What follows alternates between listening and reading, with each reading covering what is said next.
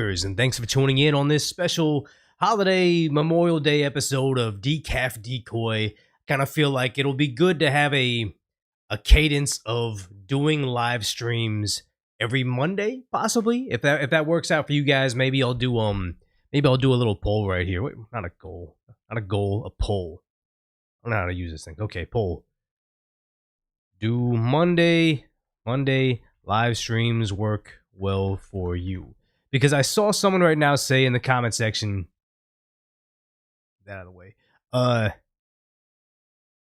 yeah, you can't catch these when you're live, from Bill Flunkendorf, but he says he's been listening to the replays at work, which is basically what I wanted to have. Like when I had the Decoy Voice live streams, you couldn't let them sit live anymore. You had to hide them or else they'd mess up the algorithm.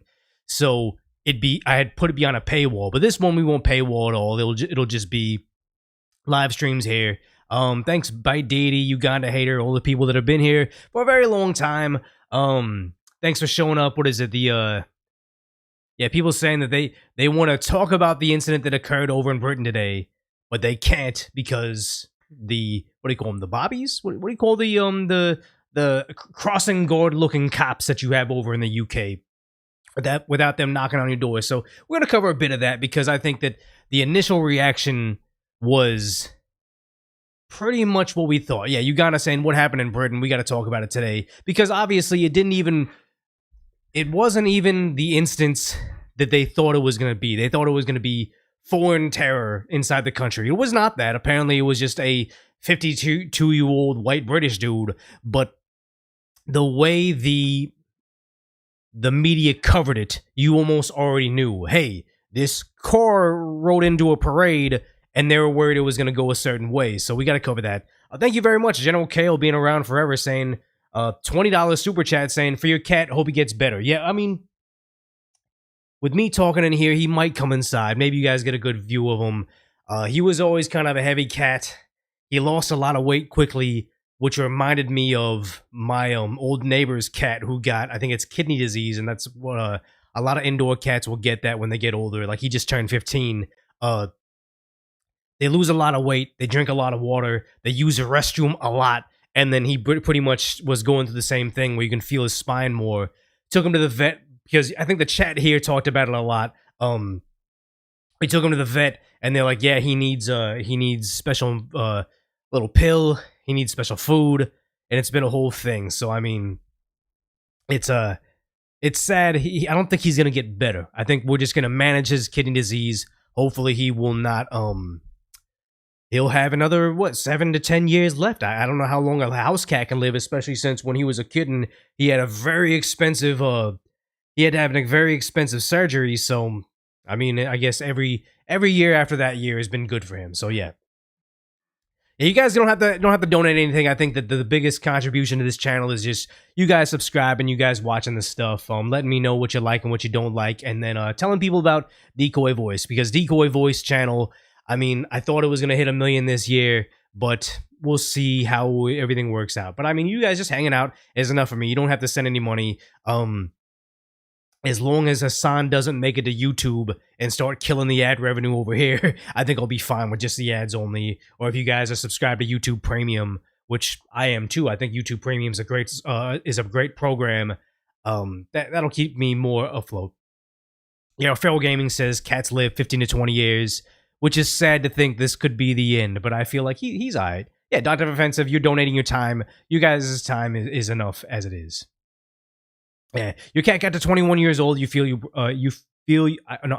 bro. Sorry to hear. Pet him for me. Yeah, I mean, I've been nicer to him in the bed at night where I used to get really angry if he wants to sit on my lap or wants to sit by my pillow. And I'm like, no, your cat, you go somewhere else. But if we know that he's not long for this earth, guess the cat gets to sit where the cat wants to sit now. I have a hard time putting him on the floor now. So yeah, thank you for that. We're going to talk about the wife of Macron, or whoever wears the pants in that family, pushing him. We're going to talk about that today. Not so much Hassan, because on Decoy Voice, we just covered that right now today. So I don't want to double down on that. Yeah, the fertility clinic thing. I mean, I don't even know what happened about that. I just kind of went away in the in the news cycle. All I know is they tried to go after, I think it was why can't I think of the name they're doing. It's the fertility treatment where they make the embryo and they implant it in the woman. They were going after the not implanted fetuses. I don't even know how to phrase that. IVF treatment. They're going after the IVF treatment, but apparently the guy just blew himself up, harmed none of those of the IVF. How do you put this a nice way? The potential babies, none of them got harmed. It was just the guy that blew himself up. So yeah. Yeah, they get skinny when they're older, the cats, and they get arthritis. Yeah, I'm just trying to make sure he's as comfortable as possible, I think. No, it's IVF clinic. Yeah, they blew that up and didn't harm anybody. So yeah, we got a few live viewers here. I understand it's a holiday, so a lot of you guys are going to be with family. But one thing I do want to point out is if you go to Google right now, oftentimes people complain that Google does not celebrate what could be perceived as conservative holidays or right-wing holidays or any holiday that doesn't really go into the agenda of the woke progressive left. But if you look at this right here, I think this is very classy of them. It says, you have this button that says, if you go to google.com, there's no other holiday they're celebrating instead of Memorial Day. It just says honoring those who sacrifice. You click it, it gives you all the stuff about Memorial Day right here. I like it. And also, the Google is very plain. This is just a respectful holiday. You honor those that have passed and never came home to fight for our freedoms. I like everything about this. So extra points to Google today. I like that yesterday, the new Secretary of Defense, Pete Hegseth, spent the day cleaning the Korean War Memorial ahead of Memorial Day. That's what it's about. And I feel like this guy is just on the street. No, this isn't the front line, but he's out there with the troops, respecting them. And I feel like he's knocking it out of the park. I think Senator Marco Rubio as a Secretary of State has been one of his Trump's best appointments, and so is Secretary of Defense Pete Hegseth. I think either one of these guys would be a great running mate with J.D. Vance when he runs for president in 2028. Thank you for being here. I even brought the kids out there to clean it too. I like that. Picturesque, beautiful morning. You couldn't ask for anything more.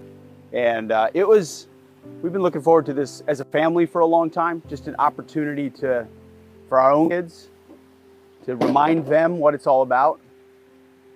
Generations and generations before this one, a bunch of fathers, some mothers, and a bunch of kids and generations after that who may knew their. So probably like the families of the fallen there, just veterans are out there cleaning, and he's out there doing it too. I know people could say, "Oh, this is just a photo op. He doesn't really care." But honestly, with all the things he's been doing compared to the last Secretary of Defense and compared to all the wokeness they were trying to promote before, I like this. I like everything about this. I don't know if there's anything else to it, but no, I appreciate what Secretary of Defense Pete Hegseth, Lieutenant Colonel Pete Hegseth, not like how the view of the left-wing media would like to tell you Pete Hegseth was a Fox News correspondent or just a media personality. No, he was a Lieutenant Colonel. And actually, real quick, let me make sure I'm not lying.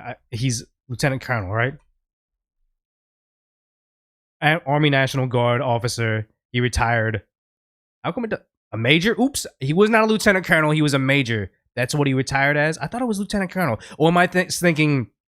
Was it Tulsi Gabbard? Was she the lieutenant colonel? He was not just a major. Major is huge. It's above captain. It's like two steps away from being a general. So was she the lieutenant? She's the Director of National Intelligence. That's amazing. And she had retired. Oh my God, where's a lieutenant colonel? So I just got those two crossed up. I mean, both Trump appointees. Thank you so much, General Kale, saying rest in peace, Master Sergeant Jeff Reich and Staff Sergeant Jason Burkholder, 148th Infantry, killed in action, Afghanistan. Follow me. So thank you very much, General Kale, for that. That's a nice message. And yeah, rest in peace. I believe that's Master Sergeant and Staff Sergeant. Correct me in the comments if in the chat I'm wrong, but I believe that's what it is. But yeah, thank you for your service, Jeff Reich and Jason Burkholder. The ultimate sacrifice, and this is your day right now. But yeah, you're seeing this right here. I think this is a good thing. And somebody over here said, it's good optics, but is it too PR stunty? Shouldn't he be managing wars, not cleaning bronze? I think on one day a year, I think he should be out there cleaning bronze. I like that. That's good. Vance Hegseth or Vance Rubio, I'd actually be I'd be a supporter of either one of them. I think that both these guys have proven that they are America first, and they are delivering on what we wanted. Somebody said something over there. I'm glad you're watching from Ireland.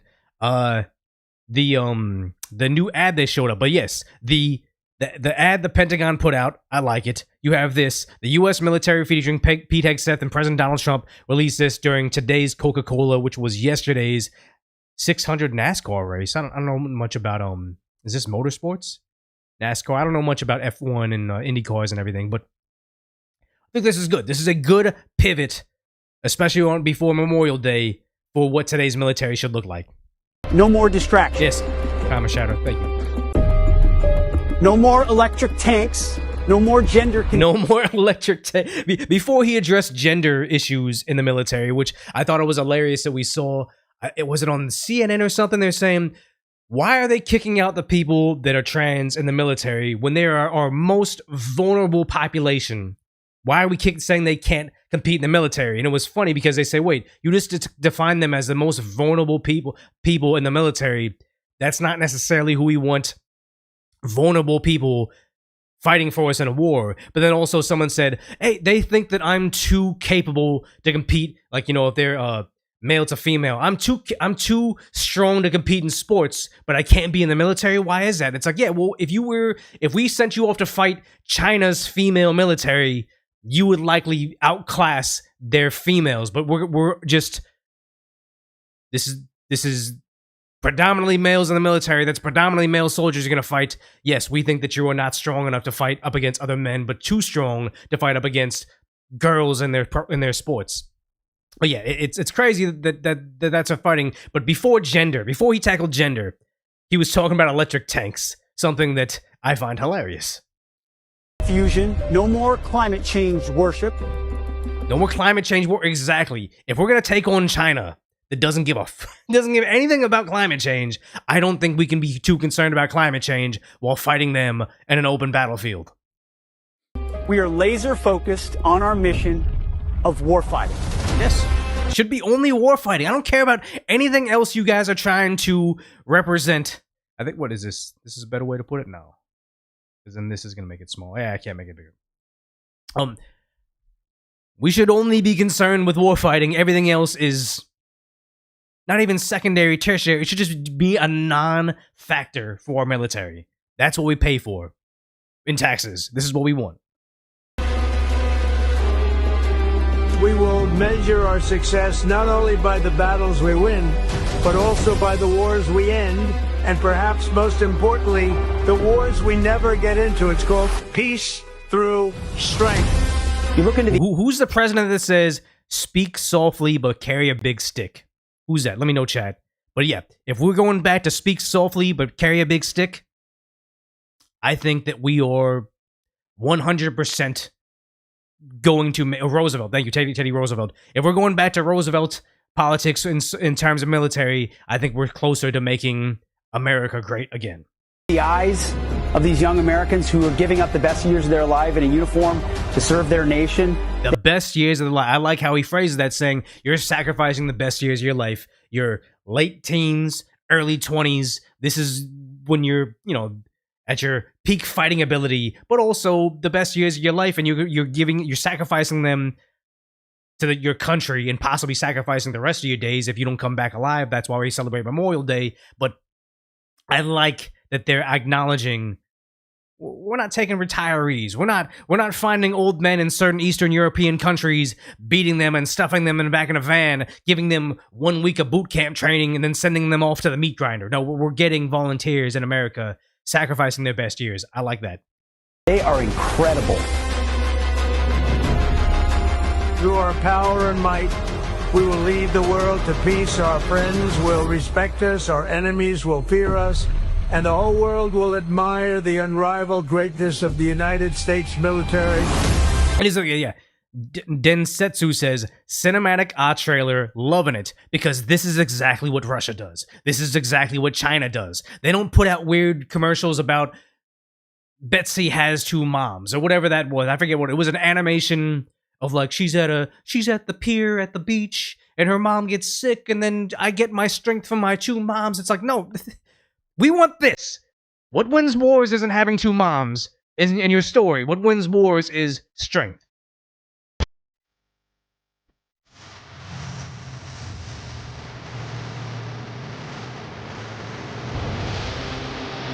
We will replenish the pride of our armed forces, end the recruitment crisis. And they said recruitment has been up for the first time in, I believe, 4 years. Because nobody wants to serve in a military under Joe Biden who's going to sign them up to go fight somebody else's war. They like what's happening now. And also the idea of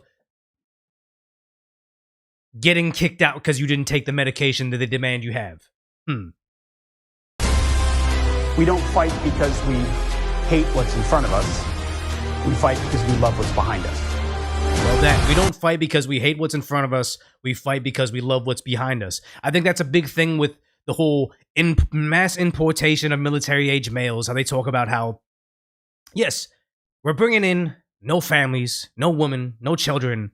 All these asylum seekers are apparently military-age males. But are we going to conscript them in our military? Because let's just say right now, we are like a certain Eastern European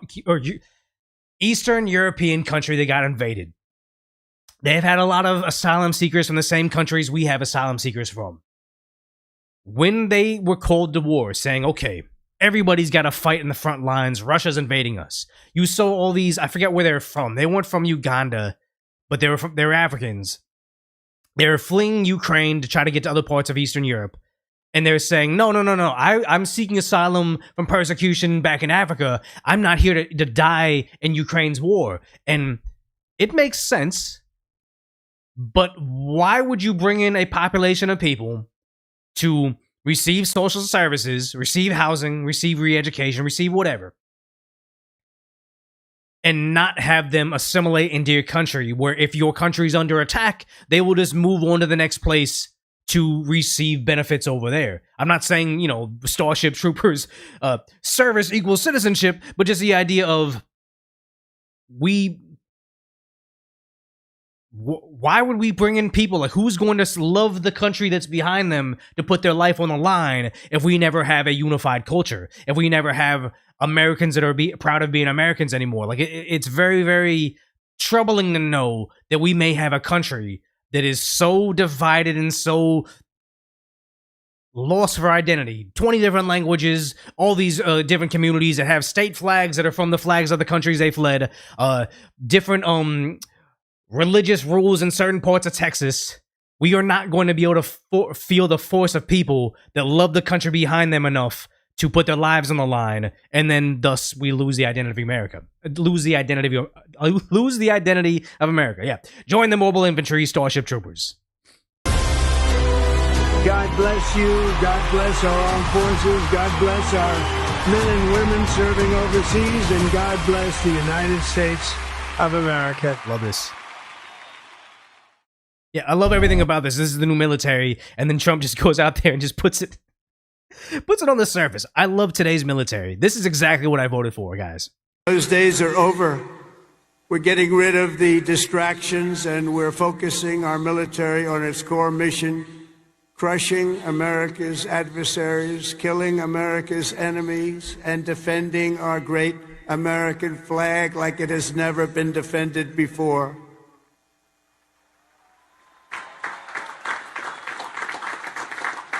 The job of the U.S. Armed Forces is not to host drag shows to transform foreign cultures, but to spread democracy to everybody around the world at the point of a gun. The military's job is to dominate any foe and annihilate any threat to America, anywhere, anytime, and any place.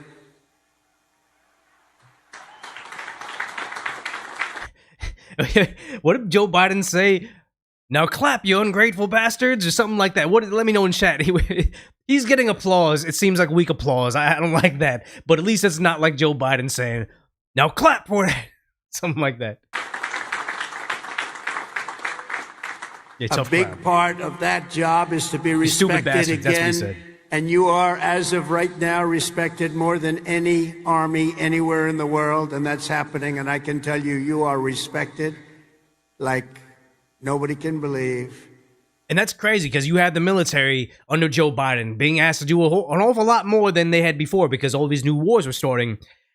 But the party back home hated the military. The, left-wing leaders were hoping that you get, not left-wing leaders, online commentators from the left were hoping that, we're disrespecting the veterans left and right. And now we have this. This is great. And honestly, I like everything about a return to American values, a return to military strength. But I would like to say, if even Google is honoring those who sacrificed and Memorial Day, it is insane to me that we have Chicago's mayor on Memorial Day, apparently, is celebrating a new holiday. This is like the most divisive politician that I've ever seen in my life. Well, maybe not my life, but currently trending right now. Chicago's Mayor Brandon Johnson saying this on Memorial Day. This is actually a slap in the face. Hello, I am Mayor Brandon Johnson, and I am proud to join you in recognizing and celebrating Africa Day. The continent of Africa is made up of 1.2. Why do we need that day in America at all? I don't need Japan Day. I don't need Ireland Day. I don't need Korea Day to feel like I belong in America. We can be Americans, we can assimilate, we can speak English, we can love the flag, we can love this country, but we don't need them to dedicate a day to our home country because of reasons. This is the ultimate slap in the face. No more Memorial Day. This is Africa Day. This is nuts. 2 billion people with diverse countries full of rich traditions, cultures, and heritage. The African diaspora can be found in cities and countries around the globe. I think it's kind of funny that these are the same people that don't want to bring in the South African, the Afrikaners, the farmers escaping persecution. Would he be saying the same thing about them? Or would he just be, shrugging it off? Yeah, the waving says Lightfoot wasn't this bad, and I think the chat froze again. Let me refresh it. And right for people that bring in diversity, we're celebrating that. Like, I can't imagine this wasn't on purpose. Hey, we know you guys don't like the vets, so let's just make this about something entirely unrelated. This is disgusting. So yeah, it seems like you guys like a Monday live stream. We'll probably end up doing Mondays. Hey, from Uganda saying they don't even have clean running water after 20 plus years. I mean, of course, there is great contributions from everywhere. I'm not trying to say it's an H-hole, it's bad or whatever. It's just, I don't understand why you need to overlap Memorial Day with Africa Day and think that's somehow going to make your community more unified. It's just going to divide you guys even more. You can make Africa Day May 27th. I don't think anybody's going to care. SD0 saying Africa still has this. It is very true. Very sad. I see people talking. I don't even have the video pulled up. Do I have it? Bryan Cranston looking like an idiot talking about the guy from Breaking Bad talking about how Make America Great Again excludes African Americans, but when has it ever been great for them? I don't know. When America abolished it, when other countries still have it, but I don't know. Yeah, next up, Asia Day. I think I would be disgusted and actually be offended if on Memorial Day, 4th of July, some Asian mayor came out and said, today is Korea Day, or today is East Asia Day, because we want everybody to be angry about you people during a time we should be respecting our veterans. Pure trash. Malcolm in the Middle dad. Yeah, all these celebrities, like, I liked Malcolm in the Middle. I liked Breaking Bad. I liked, all the Seth Rogen movies. But I think they're terrible people. They're so detached. We lived in the same communities in Los Angeles, and yet they have no idea what happens to the common person that does not live in gated communities, that actually fears for their lives when they're walking the streets. I despise them. Yeah. By Didi says, Ethiopia is nice. Great culture, brothers of the Orthodox Church. I mean, the guy that pops up in my shows every now and then, he's from Nigeria, and he talks about, like, yeah, Nigeria is great in these ways, but also don't go out at night. It's not safe. Even for, like, a giant yoked male like him, the gangs will do terrible things to him. There's no like covered sewers. Like the sewer system's just an open crevice on the side of the street. Internet, electricity, those are things that just kind of come and go every now and then. You can say a country's good, but you can also say, I'm not going to celebrate it to the level that I want to make my country more like that country. Sheer absurdity. Yeah, the gutters are there. Not like gutters in America where it's just like, this is what puts it into the storm drain. This is what puts it into the sewer. No, everybody's bathrooms flushes into an open ditch on the side of the road everywhere. Yes. Scary. Yeah, Waving says, remember Seth Rogen said something to the effect of getting your car broken into was normal and good. He was talking about how in Los Angeles, don't cry about getting your car broken into because every now and then, maybe they'll leave behind a knife or something. It's cool. And it's like, yeah, easy to say for someone that doesn't live in the community anymore, doesn't have to go back to it, and can just look fondly on the idea. I remember when I was poor and I lived in the hood and my car got broken into. Ha ha, I'm a millionaire now, so I don't got to worry about it. There are people that will live their entire lives in the hood, and their lives will end in the hood because they never became movie stars. They never got to sip the good life. So they take great offense to you laughing it off when their car gets broken into. It's disgusting. So yeah, so let's go ahead and get to the more serious topic of the day, which I had to kind of cover it up as Daily Mail covers it, and I had to block this out, of several hurt as car plows into a soccer fans at a victory parade. This is a Liverpool soccer team, and the BBC covered it saying, a male was detained after a road traffic collision. A vehicle, there's a parade, everybody's walking around. A vehicle drives in, hits some people, stops, pulls to the right, drives again, and hits more people over in this Liverpool Football Club parade, runs over all these people, and the BBC's just saying, no, it's a road traffic collision. A car plows into people. What is this? This is, I don't even, Sky News, I think. On the thumbnail says, car collides with pedestrians, but a man was arrested. Like this whole narrative of just car hits people. Car hits, it wasn't a guy. And, obviously people started to think in the very beginning, it's going to be a certain person from a certain country. Like, I can't play this video. 17 wounded. Like, this is terrible. They're trying to stop it. You have all the police trying to stop them, or trying to stop the car. But the majority of them, like, look where their faces are facing. They're facing the crowd. So they're trying to stop everybody from attacking the guy that's in there. I don't even think I can play this video. They're cussing at him. The police have the unknown male inside the vehicle, and then they're fighting the citizens that just saw their friends get run over. I know there's 17 injured, but I imagine there's probably some deaths in there. But yes, they're defending the person in the car from the mob. Now, I do understand that the person needs a fair trial and all that other stuff, but just the idea that the media, as soon as they found out he wasn't from a certain country or from a certain, he wasn't a certain ethnicity or a certain religion, they, within minutes, they're already saying who it is. He has been arrested. As yet, the description of the driver, which has landed in the last couple of moments, is, according to police, he is a 53-year-old white British man. This is their statement in the last few moments from Merseyside Police. We would ask people not to speculate on the circumstances surrounding tonight's incident on Water Street in Liverpool city centre. We can confirm that the man arrested is a... Don't speculate. We already know it's a white dude.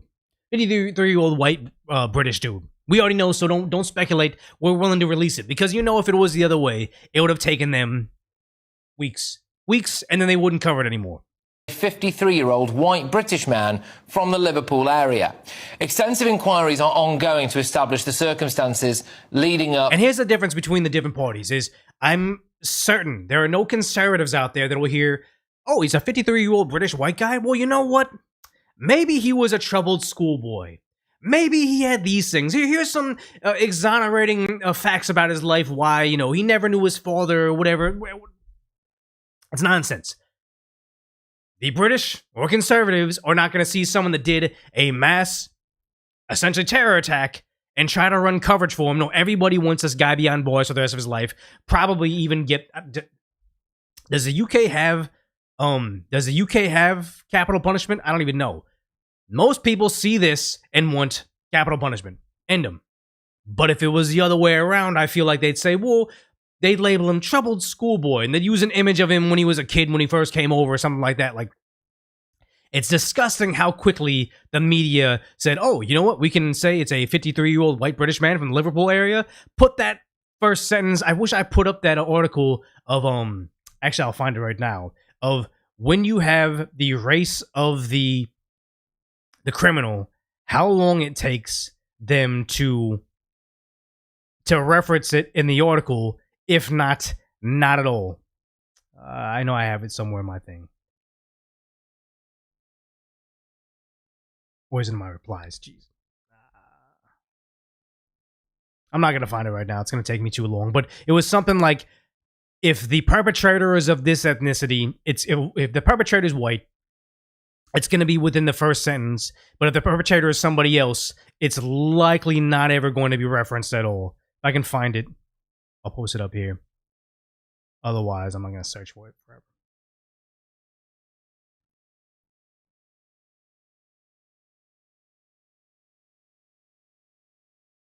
Does anybody know? Yeah, you're in the UK. You only go to jail if you post mean tweets, because if you look over here, like, it's crazy that they'll bend over backwards to cover for this. But if you're in the UK, apparently, if you're a Christian preacher, you're causing anxiety and distress, and they will arrest you for it. At least give you a ticket for it. Nuts. Please, if you give my details, that basically means I don't have my grounds of arrest, which is code G. If you don't give me your name and address, I have grounds to arrest you. Google it, it's code of practice. Hey, Google it, it's code of practice. So this isn't something that he's just doing off a whim. No, these are actual laws in the UK. You cannot speak on stuff because you cannot speak about Christianity because it's causing anxiety and distress. It's nuts. I'm being reasonable with you, sir. Okay. Before I give my details, I'd just like to ask some questions. Is that okay? Is it in relation to this insult? Or is it absolutely. That's what okay. Yeah. So before we get to the questions, can I just get your details and then we'll go there? So what I said before is, before I give my details, I'd like to ask you some questions because I don't understand what's happening. Okay.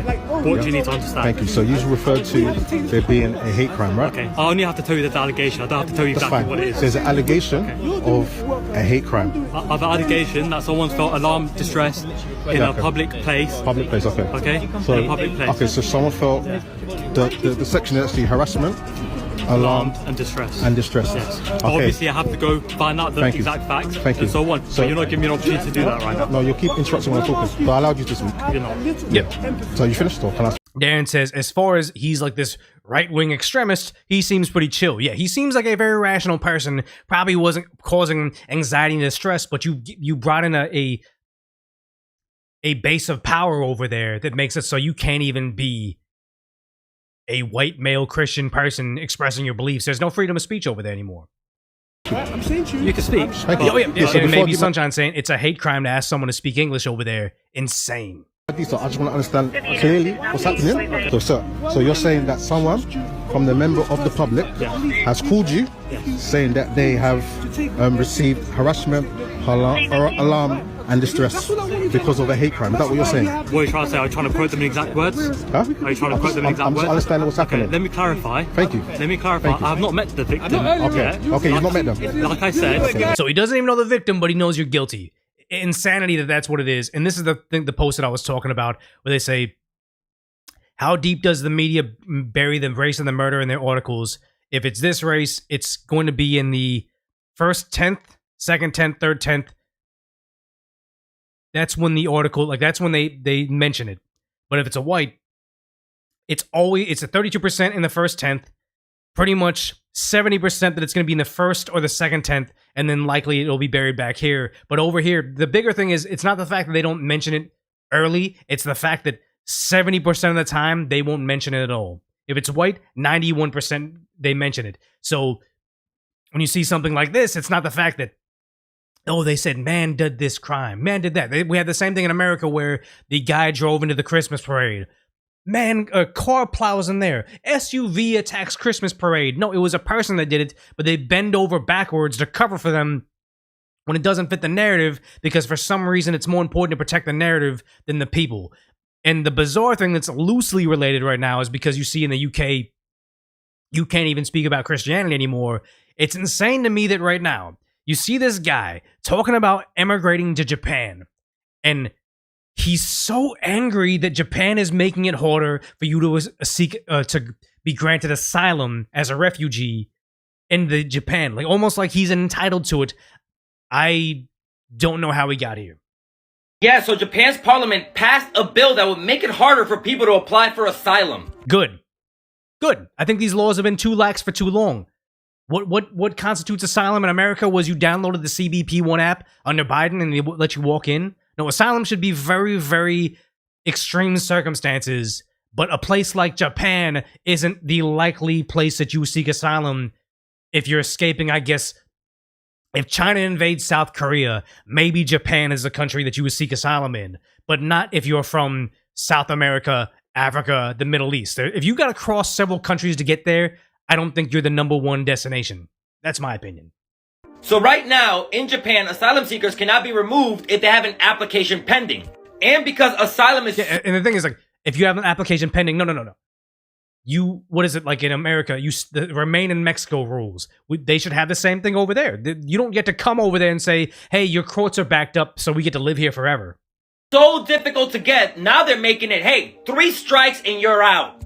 If you don't like a 3 strikes and you're out ruling, I think that should count as a strike as well. Like, 3 strikes is more than enough generosity. Again, this is a generosity. Asylum is not a human right like they try to say. If you need to get somebody else's labor, somebody else's resources, another human needs to provide you services, it is not a human right. It is a favor they're performing you. And critics say this is a problem because most asylum seekers get approved after the 3rd time. So stop. If you're the first to get rejected, I think that maybe we should let some people that are in the back of the line get to the front of the line. Stop backing up our court system and say, hey, if we rejected you twice, maybe let's see if somebody else deserves it more and they can get it on the first time because they actually are seeking refuge.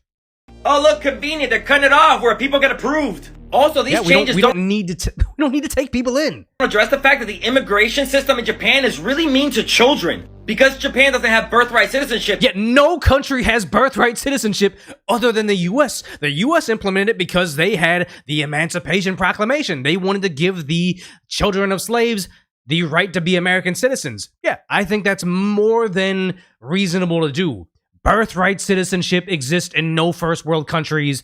This guy's trying to apply the pressure that they have in the US or the ideas of open border policies all over Western Europe, trying to apply it to Japan. There's a reason that people still find Japan a safe community to go out at night. Children born in Japan might be facing removal to a country they've never been to. That's what happens in most of the world. Sorry. Also, children can be held in detention centers without a maximum... Oh, you're hiding behind the cages again. This amount of emotional manipulation used to work until you started to go against the 3 strikes rule, against the asylum thing. Like, no, their goodwill is not... You're not entitled to anybody's goodwill. ...maximum limit. However, Japan already has a very strict immigration system because they reject people who would have been accepted in other countries. Then go to other countries. Why are you being angry about this? You are not entitled to anything. Stop it. And while Western countries allow almost 10,000 asylum seekers a year, which I think should be more, Japan...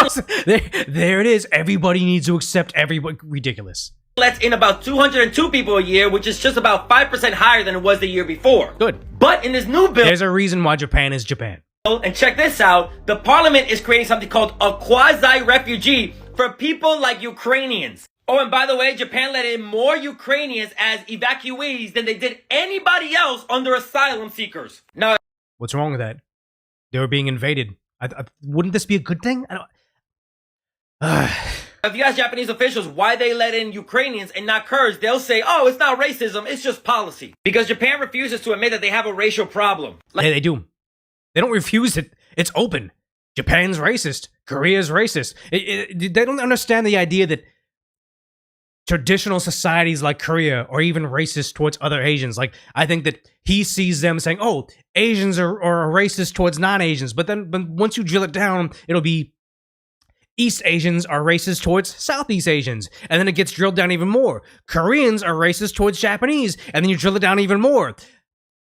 Koreans that are born in Korea are racist towards American Koreans. And also Koreans born in Korea that don't speak good enough Korean to be considered Korean, they have a special slur for people just like me. Like, they're racist. That's how they are. So why are you so adamant about getting there? If they're terrible people, don't let in any asylum seekers. Only let in Ukrainian asylum seekers. Are racist towards you. Why are you crying and throwing a fit on social media that they don't allow more of you in there? You are not entitled to transform Japan into the country you're emigrating from.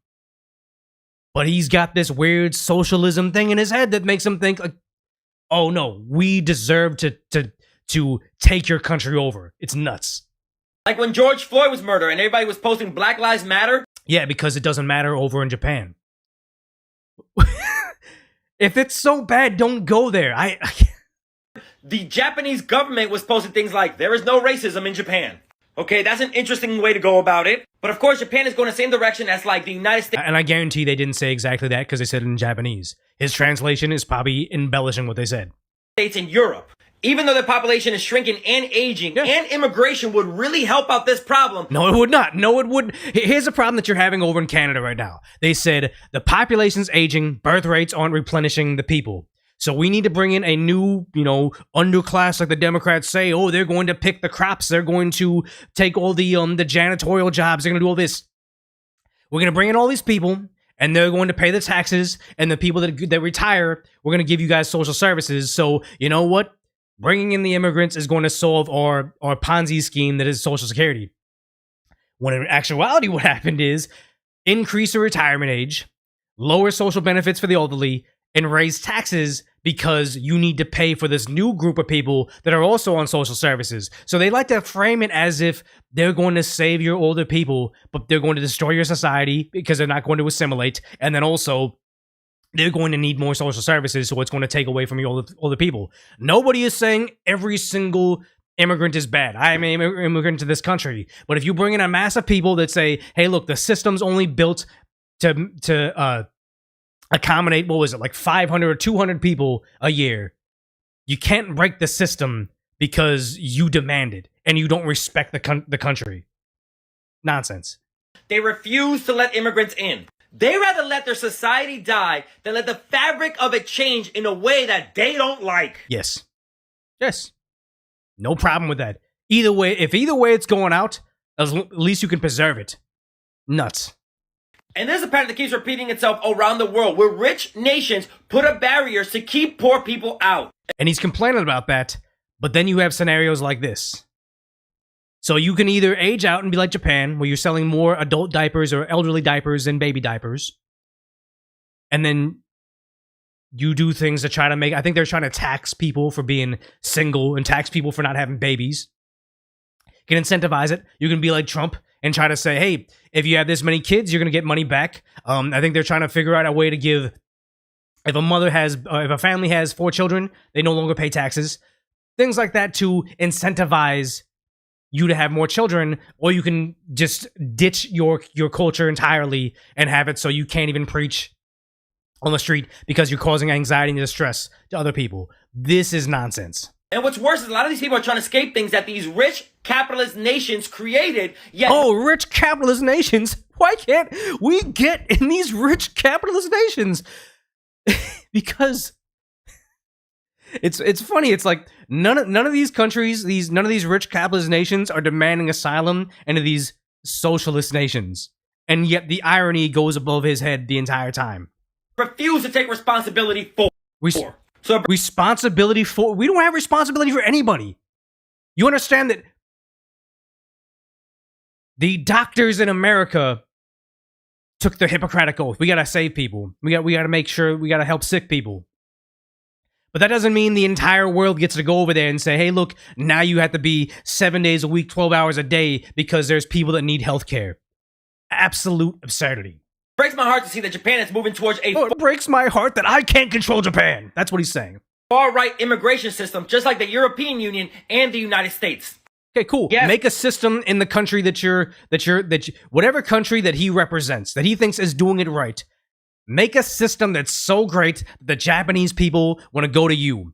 Do that. Just do that. Just make that system. And, this utopia that you think of, wide open borders and all these services that you can give everybody and all the unlimited asylum. Make that system over there. Don't get all your military-age men and all your able-bodied people desert the country to leave behind women, children, elderly, and babies, and make that country collapse even further. Build this system, this utopia you speak of, that you think Japan should be like, and see if that works out for you. But for now, if you can't provide that, shut the fuck up. Like, I hate everything about this. Yeah, good luck changing Japan, bro. Yeah, Japan doesn't need to change. Everybody wants to go to Japan, and there's a reason. This guy whining and complaining that, you know, Japan isn't more like these other countries, or it's working out in the UK so much. Look at what's happening in the UK. Is it about assimilation? Is it about making the country better? Or is it about taking over the country in a hostile way? Yeah. It's not creating, it's destroying, and I don't like it. I don't like it.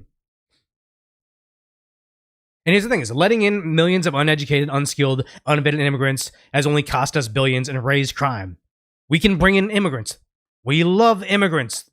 The U.S. was founded on immigration. If we can bring in, like, you know, there's a reason certain countries, I think it's South Korea being one of them, and Nigeria being another one of them, India to a certain level as well, where they are the highest earning immigrants. No, actually it was something like Nigerians, Filipinos, Indians, I believe.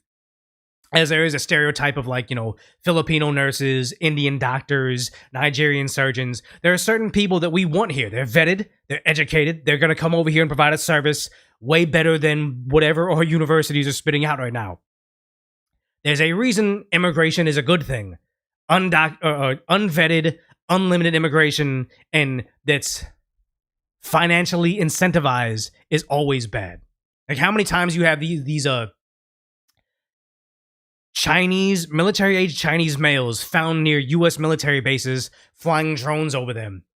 I don't like that. Let's start to vet these people and send them back, because, I mean, how many Chinese police stations need to pop up in American cities before we realize, okay, you know what? Let's take care of the border, guys.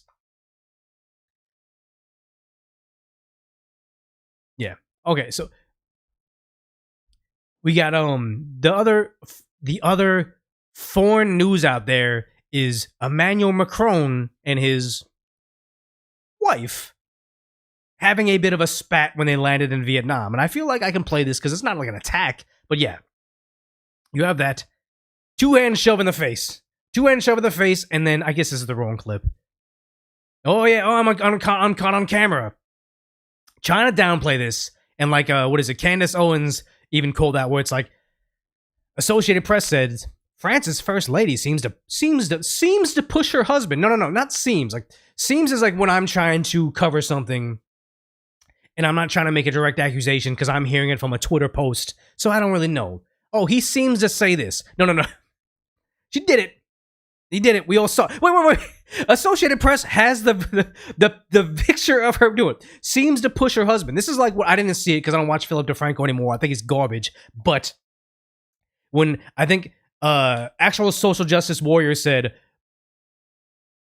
Philip DeFranco played the DC attacker that ended the two people at the embassy. They said, oh, he's reported to be shouting "Free Pal," but it's the video of him doing it. No, you guys have confirmation. You don't have to say allegedly this or that. It happened. But over you have on Associated Press saying, seems to push, while showing you a picture of him being pushed as they land in Vietnam. He says they were joking. Okay. And then, yeah, what is it? Candace Owens shows us this from Associated Press. It was a moment where the president and his wife were decompressing one last time before the start of a trip by horsing around.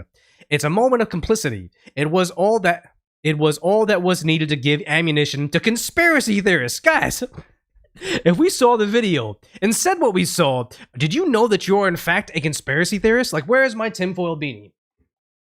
I need to get out my tinfoil beanie, guys, because apparently me seeing a video of Richard Macron shoving him in the face and me saying, did you see Emmanuel Macron, the French prime minister or president, being shoved in the face? Did you know that makes me a conspiracy theorist? Guys, we're conspiracy theorists. Here we are. They say they were just joking. Like, what is it? Candace Owens says, worst crisis PR response ever. Macron's office is now calling everyone who noticed his husband. Oh, no.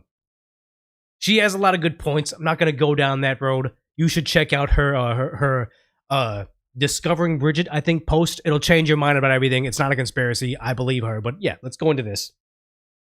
Yeah. Would you be smiling if they were kidding around? If Macron, if Emmanuel was if he was horsing around and decompressing on Bridget, I think everybody would be melting down. But no, the idea they're covering for this is sad, because you see this after they got on it. Look at his fist. He's so pissed. He's so pissed. It's so bad. It's so bad right now, guys. Like this, it's just a conspiracy. And then you have this over here. What makes it worse was apparently Macron was a kid. His teacher, Bridget, was 40 and married with an 18-year-old.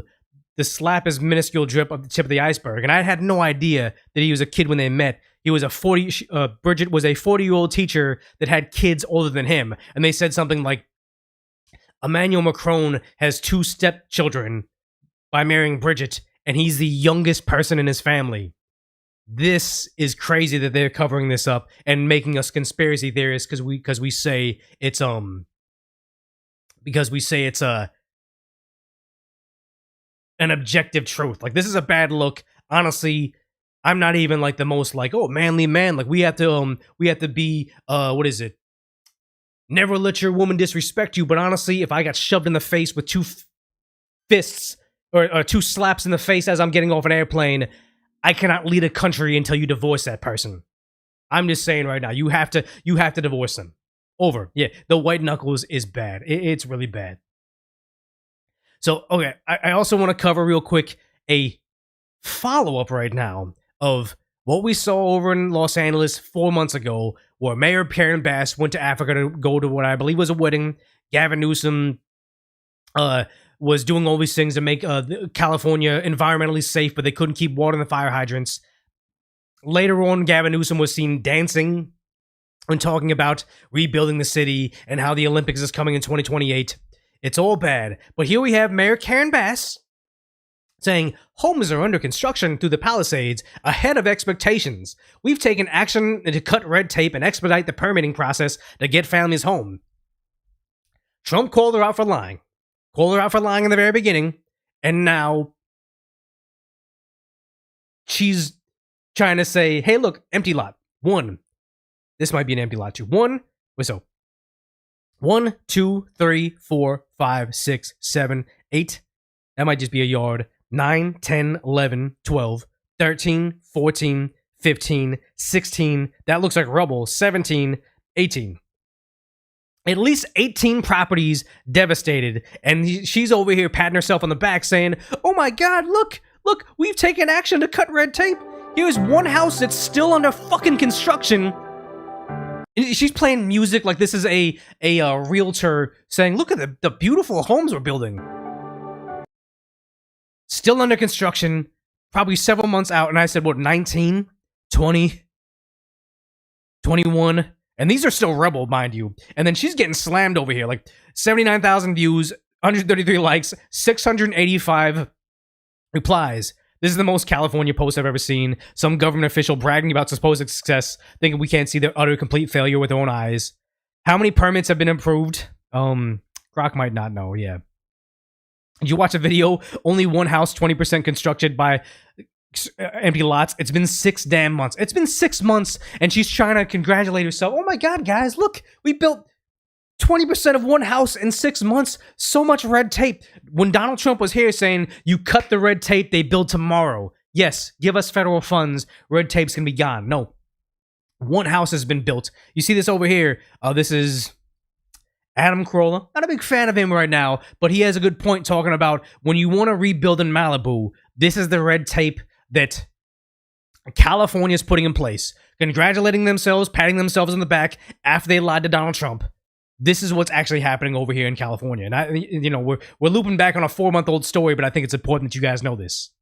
And the other thing that people need to understand is everything here is on septic. Nothing is on a city sewer system. Every dwelling in Malibu has a separate septic system. And these houses in front, many of them were built in the 40s, in the 50s, in the 60s, and the codes were almost non-existent. So they have septic systems that are in place now that are completely unacceptable in 2025. So How convenient that they want, all these green initiatives and they want to revitalize and do, multifamily housing over here on the coast and they want to retake this territory and a fire scorches it, takes it all out, and now they're making it too expensive for them to rebuild. When they rebuild, not that they'll rebuild in 2025, 2055, when they rebuild, and they're going to have to update the septic system, which means Coastal Commission, Ocean, Sierra Club, dig it all out.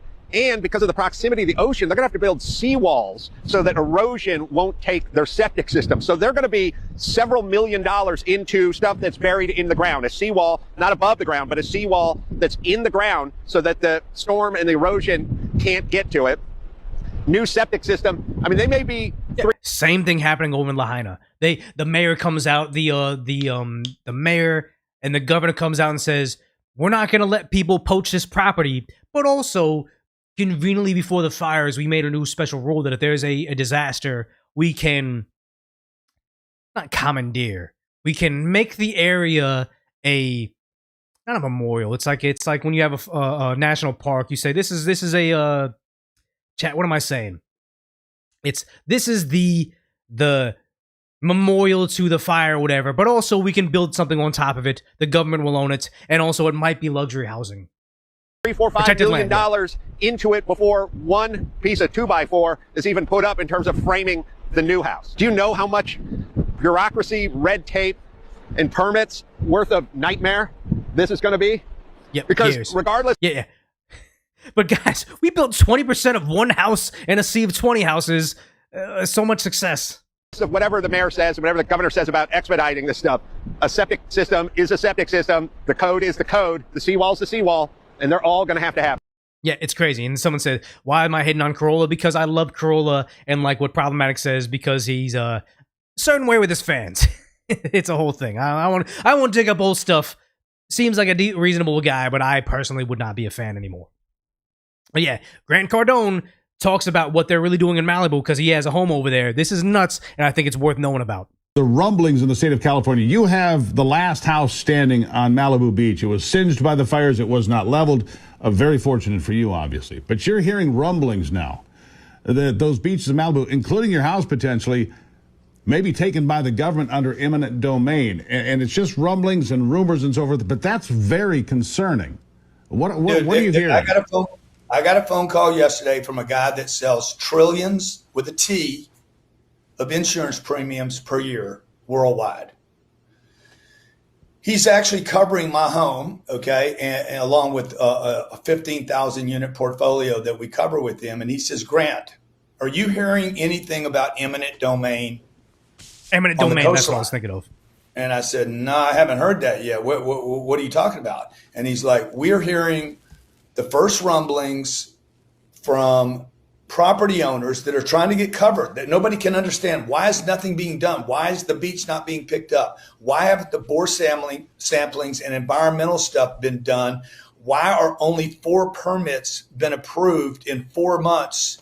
4 permits in 4 months, and this is probably one of them. And I can almost guarantee you this is somebody that knows someone in the city. All these people aren't so broke they couldn't rebuild their homes. This is someone that got fast-tracked because nobody else can build. And those 4 permits, by the way, Steve, were done before the fires, so they were already in place. And the talk is now that the state of California is planning to seize the coastline. Yep. In Malibu. Because nobody can afford to rebuild there. And they're like, oh my God, we need this. It's something that they were claiming was going to happen the entire time. It's something that Donald Trump accused them of. But no, it gets worse than that. You have... God, there's so many pop-ups right now, Google. I don't care. Stop. I'm not going to run mid-rolls. I'm not going to roll an ad. There's like 400 of us here, guys. It's not going to be anything. California Democrats mandating $30 minimum wage for the hotel workers. So yes, for the Olympics coming up, this is causing issues. Every single time they raise minimum wage, it causes havoc, shuts down businesses, and here they are again. Several hotels now threatening to leave an agreement to offer discounted rooms for the 2028 Summer Olympic Games in Los Angeles. Today, the LA City Council will vote for a second and final time on the $30 per hour minimum wage hike for tourism workers. The ordinance. Yeah, all the workers want it, not knowing that once all the fast food workers got their $20 an hour, their jobs went away to automation. Like, what was it up in Northern California? I think an entire group of people were super excited they were getting $20 an hour at Foster's Freeze or something. They showed up the day they were getting $20 an hour to see that they just boarded up the walls. Like, the business owner's like, there's no way my profit margins are razor thin. You guys are all fired. They don't even realize they're going to put themselves out of business. Passed the first round of voting but did not get unanimous support. The Hotel Association of Los Angeles says at least 8 hotels will back out of a room block agreement for the Olympics if the measure passes today. That agreement includes discounted rates at hotels across the... Yeah, because they said the city was going to give them discounted rates so they could still afford to stay there, but it was going to be Los Angeles residents that were going to have to pay the premiums because we live here and we can somehow afford it.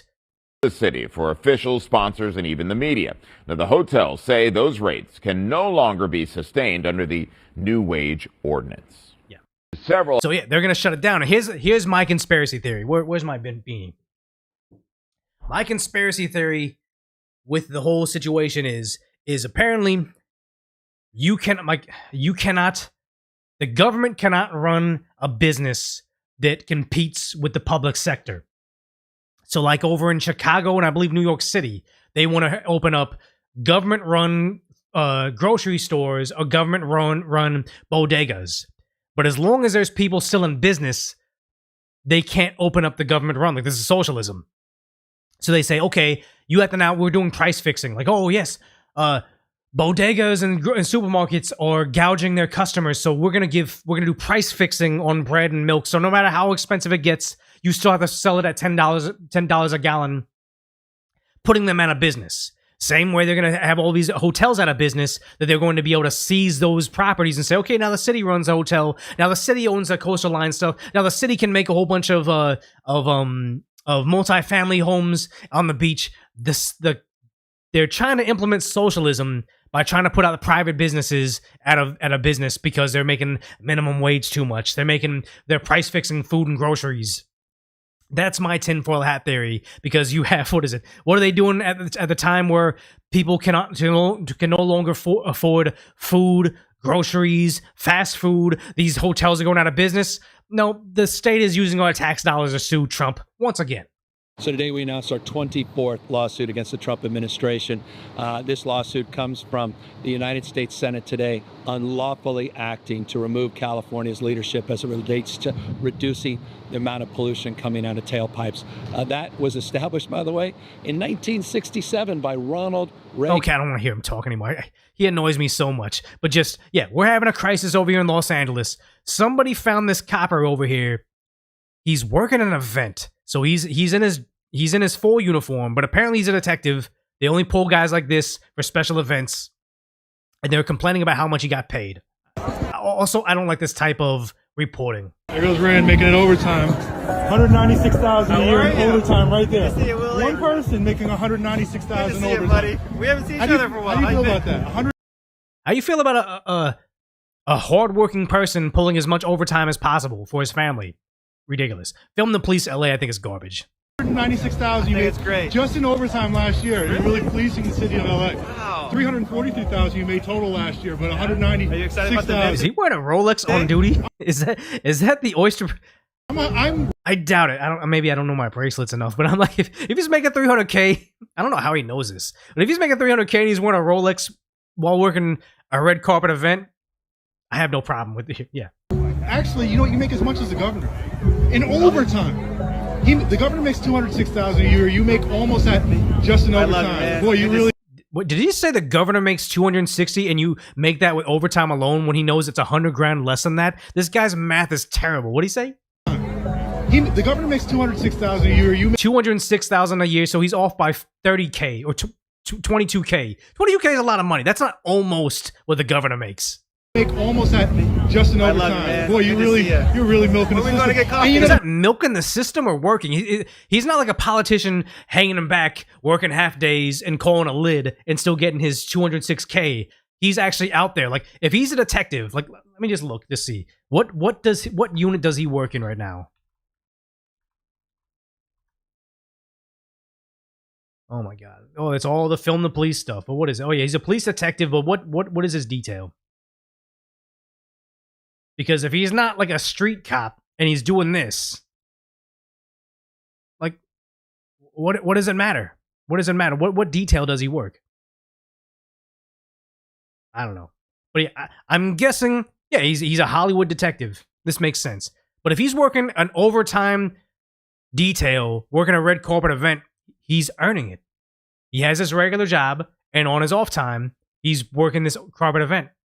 He's not just sitting at home doing nothing.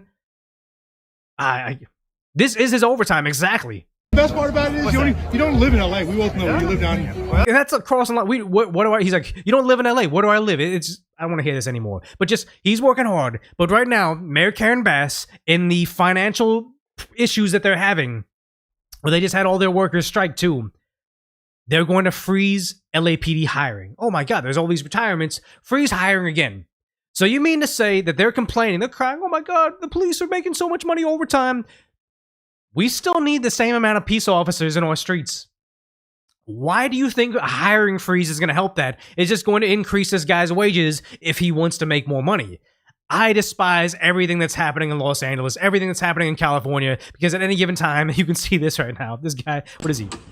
Welcome to beautiful... He's destroying a sign to get the scrap metal in LA so he can sell it and he can take it to a junkyard and they'll give him a recycler and they'll give him some cash so he can trade it for meth or whatever he likes to have. There was another video, I can't find it right now, where a guy was setting a fire because there's a lamp post and he was taking the wires out of it, trying to charge his phone or some shit. And they're like, oh my God, I can't believe it's happening. I'm like, no. This is the first time you saw it on video. But when I lived in LA, on my block, a big, huge homeless encampment started.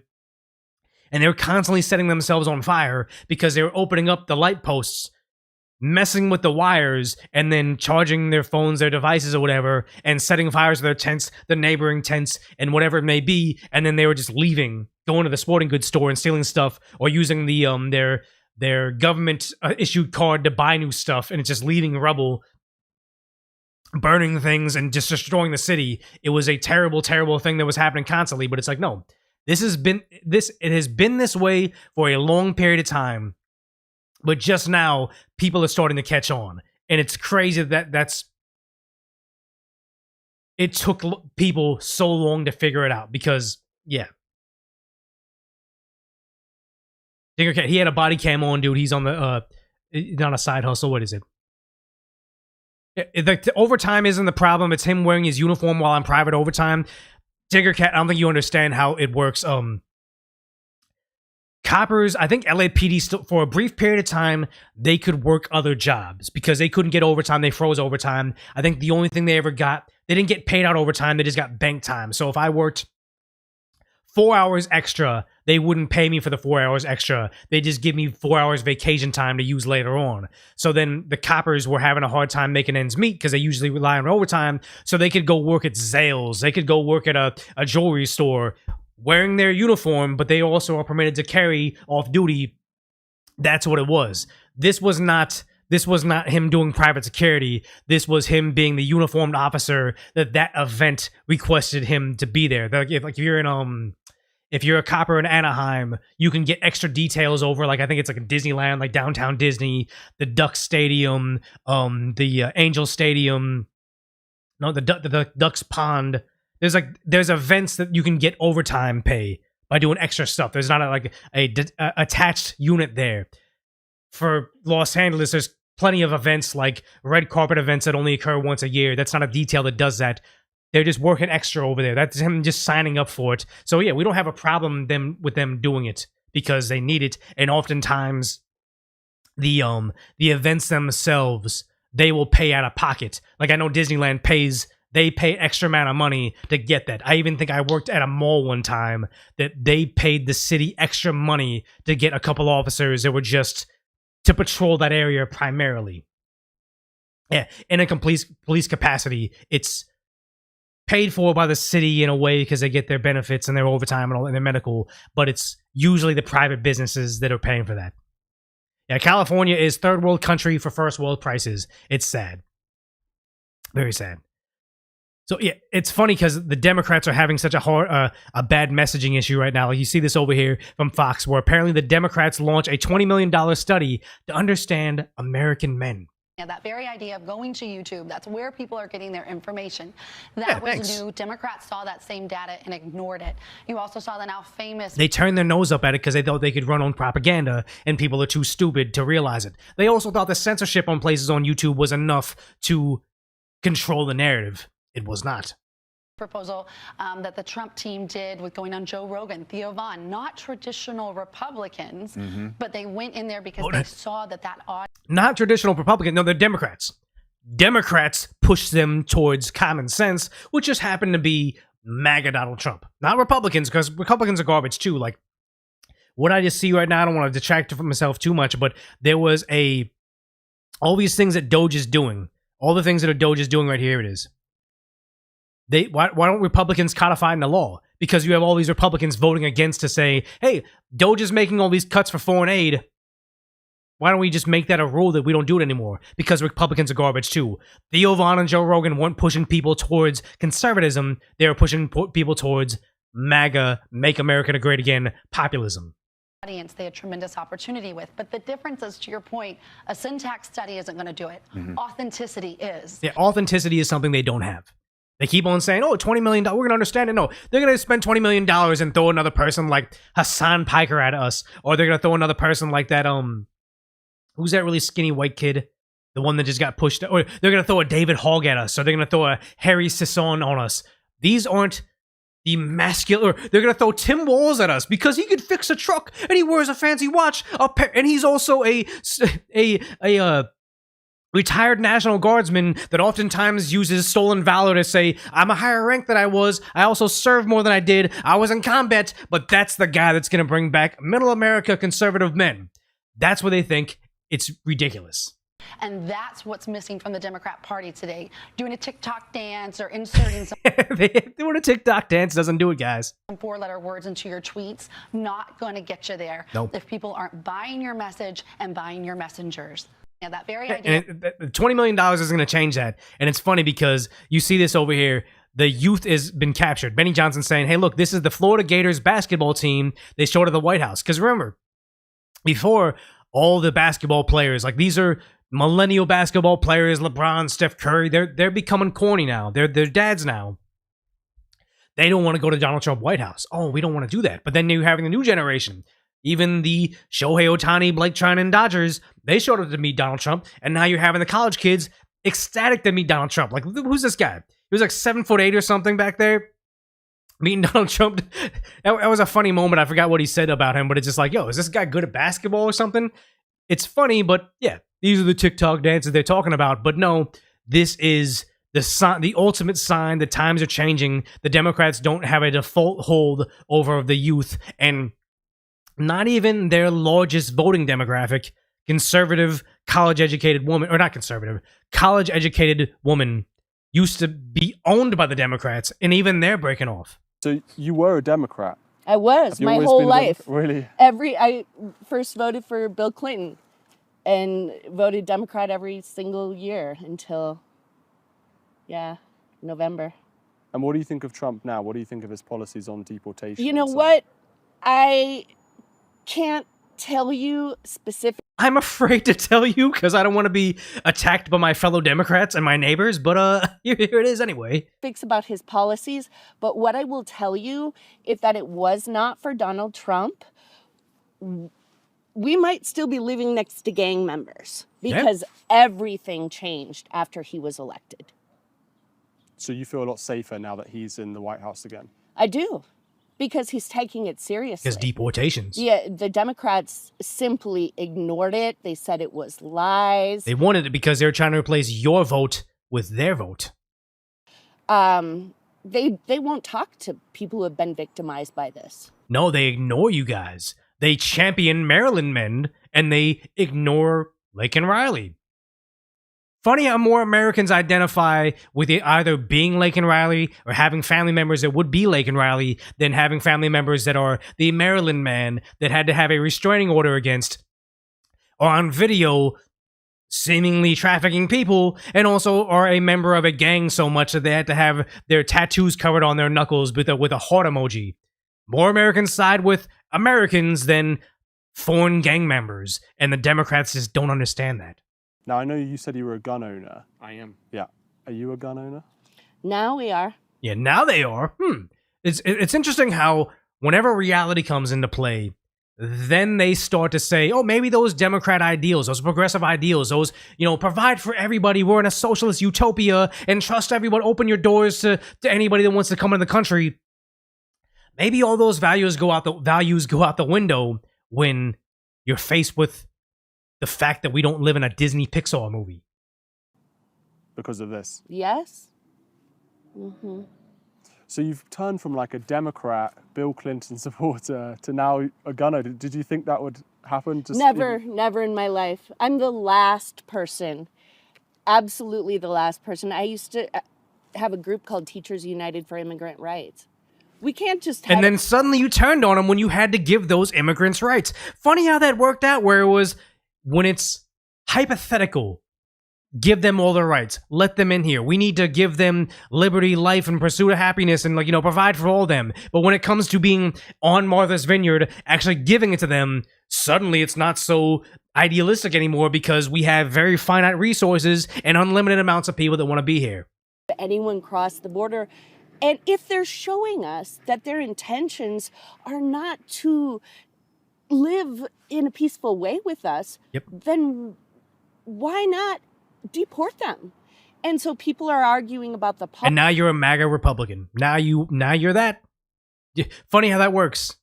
Policies of that, and they're talking about due process. But I think we need to look at, do we interpret due process for people who have crossed our border illegally differently than U.S. citizens? Because I think we also have due process, right? I mean, we're talking about the right to live peacefully. And here's the thing is, you don't get due process on the way in. You don't get due process on the way out. And the idea that she's like, oh, I used to be a liberal, a Democrat, I'd never vote for Trump. I think it's funny how you have this post over here. I say, as a European, this is what American politics look like. Bernie Sanders is left to center. Biden Harris is right wing, and Trump is alt-right. Now, this is ridiculous because the idea that Biden Harris running and being in office was like very, very far left. But I would argue that Senator Biden, old racist Senator Biden talking about predators and racial jungles in schools, Senator Biden would be considered right wing. Actually, President Obama, in terms of the border, would be considered right wing. It's Trump that would actually be considered center, but the idea that all these people waking up that the narrative isn't how the media portrayed it, and the idea that they can spend $20 million to understand the youth is just showing how detached they are from reality. Maybe stop spinning lies and representing other countries more than you represent the people that are actually paying for all this, and then you can regain the country. But I think that the Democrats, the modern day Democrats, progressive liberals, are going to go the way of the Whig Party, as in they will be disappeared forever. It's over. Liberal now is communist, and the idea is if you ever speak out against it and they shut you down or they shout you down, shows you how far they've been gone. Yeah, the political compass is more than a straight line. It's a horseshoe. It's just, I don't even think about like liberal, Democrat, conservative, Republican. I just think of America first, politicians first. Do you serve the Americans or do you serve the establishment? That's all I care about at this point in time. So real quick, I want to cover this right now is massive power outage strikes New Orleans, Louisiana. 50,000 customers are currently without power. This is some scary stuff, so it's always a good time to remember to be prepared for a disaster where you may be without water, without grocery store, without power or internet for a long period of time. So make sure you're prepared. But the more scary portion of this is the idea that AI reporting on it is getting dangerously close, and this is scary to me. Has just occurred on the outer ring of the city. We'll now be going live to our top influencer opinions. Top influencer opinion, like a decoy voice. What do you say? That's what it is. But this is scary. OMG, people, the world is ending. Are you seeing this? This is actually so exciting. This is so realistic as to not only the fact that we'd probably go to influencers to talk about what's happening, but the influencers' reaction. Oh, I know it's chaos, but you got real survivor's wife energy. That's cool. I like them feisty. Like, it would totally be better if we ran it, you know? Men literally destroy everything, and my girls need to stop being so soft with these basic losers. This is terrible. Thank you for the super chat. Not always Sunny's #1 Shiba Inu. Thank you for that. Who even needs men, right? Anything a man builds just gets destroyed by a different man. Guys, She's not wrong. Collapse is literally the perfect dip. I'm buying more right now. There would, in a point of disaster, there's going to be people posting social media, and there's also going to be somebody out there bragging about some crappy shitcoin out there, because that's how much our brain rot has become. Guys, this collapse is literally the perfect dip. I'm buying more right now. And sad to say, not only would you have somebody shilling some crap coin, it actually probably would be a good time to buy something, investments, because everybody needs to be liquid. The AI is it's crazy, guys. Nukes are suicides. I made this out. I'm actually more terrified at I probably can't play that, even though that was fake. The idea that when they said Asmongold was a top 8 search term, #1 was ASMR. I fear for the universe if the most searched term is people trying to hear people whispering into microphones and clicking and tapping. I hate the internet, guys. So yummy, nuclear boom, so tasty. Thank you. Nothing stops the daily grind. Not even a little natural disaster. It's terrible, but friends, this is the breakthrough moment from chapter 7. When everything falls apart, we rebuild ourselves stronger. My girl, you wouldn't believe what just happened. Hi! Yeah, this is getting too realistic. I'm actually getting terrified. I don't want to also accidentally scroll upon a guy on fire again. But yeah, no. The AR slop gives me the fear. AI slop is everywhere. At least with me, you know, what is it? I have all my fingers. I don't know. Eventually, they're going to be able to puppet me. It's scary. Like the kids who film the kids who filmed their friend drowning. I think you're talking about what was it? The cruise ship where the guy jumped off the ship as a joke, and then they couldn't find him. That was terrifying. Google's AI can't replicate Asians yet. I feel like they replicate Asians the best. I think I'm just such a amalgamation of things that it can't get my voice quite yet. But give it a year and they'll figure it out. The pond in Florida? Okay, I didn't know about the pond in Florida. But yeah, cloud chasing the apocalypse. I think it's going to be, yeah, that's what it is. AI doesn't like heavy people. I didn't know that. But honestly, when I think back, I haven't seen it recreating heavy people that often. I don't know. It's got it generated this guy too. Maybe you actually had to prompt it to generate that, because I imagine most of the source material doesn't have that. Yeah, AI content requires water. If a drought hits, the AI goes down. That's what a friend of mine was saying, that I was concerned that when I sat down to Google something, I was like, you know what? Asking ChatGPT would be faster, because AI or Google's going to give me sponsored links, some garbage Reddit thread, and then maybe the reply I want. ChatGPT will give me the answer. Maybe the answer is wrong, but then I can say, hey, that was not what I was looking for. Clarify. Then it's going to give it to me. So Google traffic is down. I'm on YouTube. That will be me. But also, he was saying that ChatGPT, for the first time, Google's search traffic is down in like a decade. So if ChatGPT eliminates Google because of all the ad dollars go to ChatGPT instead of Google, it actually cannibalizes itself, because what does ChatGPT reference? It references Google. So if it's such a bad parasite that it gets rid of the source that it scrapes data from, it disappears as well. It's scary times. DeepSeek. What is DeepSeek? I think I've heard of that.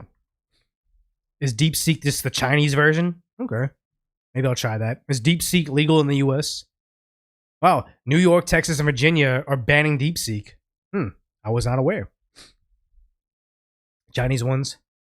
Yeah, Google only gives you YouTube results, so you have to watch a monetized video to get anything. And what's scary is the idea that ChatGPT is open to the idea of giving you monetized results. So if I say, hey, I got a rash on my elbow, what's the best way to handle it? And then ChatGPT is like, use Truth baby powder, because Truth baby powder is the best one. It's like, because someone paid it to say that, that's kind of scary too.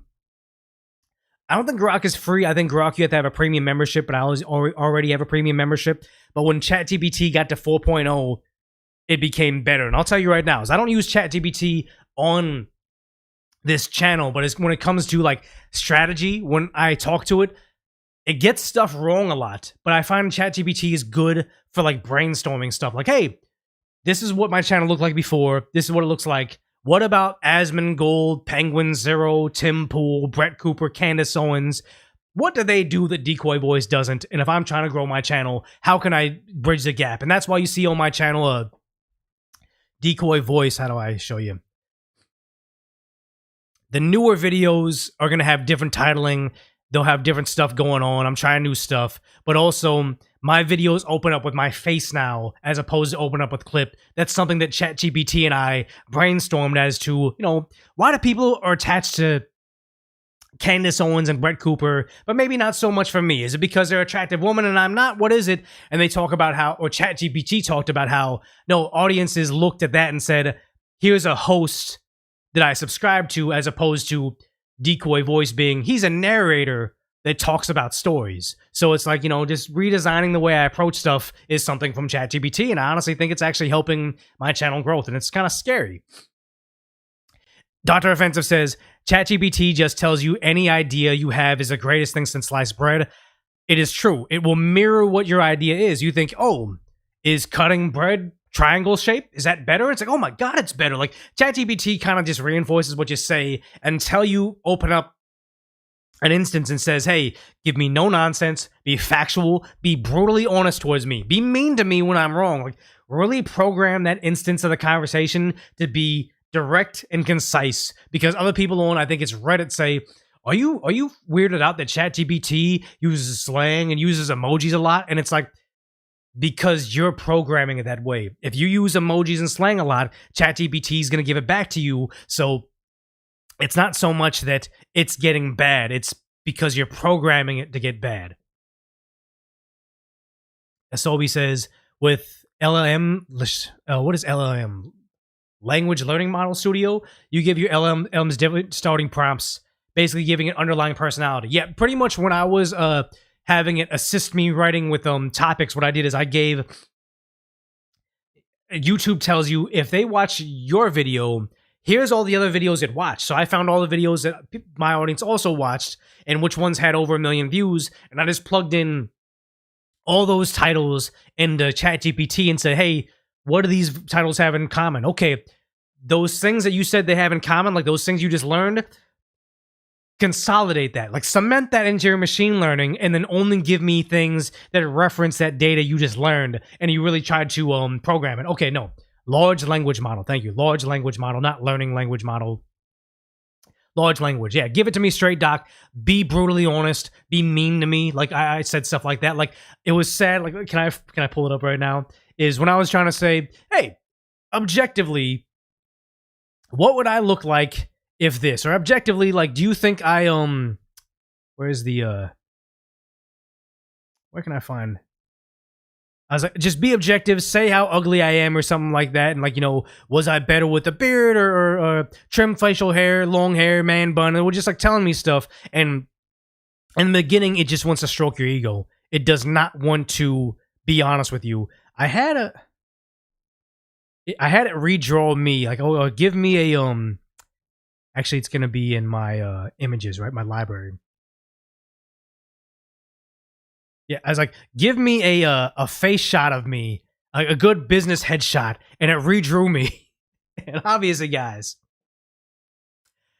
this is just depressing, because I was like, okay, what is the ideal version of me to make it like, you know, so I can have Brett Cooper, Candace Owens level success? And like, okay, well, all you gotta do is, you know, be 2% body fat, regrow all your hair from your male pattern baldness, and have better skin, better bone structure, and just be entirely different. Guys, ChatGPT, I'm never gonna look like this. Don't tease this to me as in like this is why you're not more successful. Like I'm not gonna look like that. It's almost like troll-like to go from, hey, this could be who you could be listening to, and then you see me here, and it's like, oh yeah, this is the guy she told you not to worry about. You. Sad. Thank you, By DD, for the super chat saying, I just noticed that AI has a tendency to be overly detailed compared to real videos. AI has more people than real ones. Yeah, and somebody actually said in the comment section of my other video saying, you can tell this is AI because nobody's on the phones. Because everybody was having conversations, talking, and like, you know, living life. Nobody was just buried in their phone like in reality. So yeah, that's how we knew.